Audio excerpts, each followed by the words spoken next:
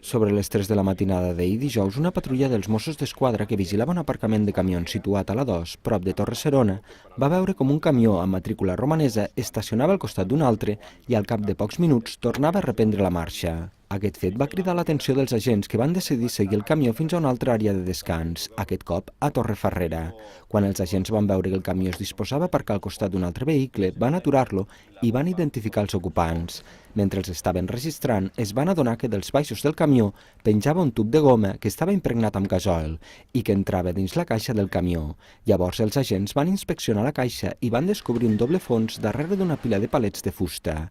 Allí s'hi amagava tot un sistema elèctric d'absorció de líquids connectat a dos dipòsits amb capacitat per a més de 2.000 litres. I el mètode era aturar-se al costat d'un altre camió, instal·lar la manguera de gasoil amb una instal·lació elèctrica tipus pont, igual que quan se sostreu un vehicle tipus pont, se connecta la manguera a l'altre camió i xucla el gasoil. I el que sí que s'ha de dir i és important és la mobilitat que tenen aquesta gent per moure's a nivell d'arreu de tot el territori català. Aquests individus, en aquest cas particular, venien de la província de Girona.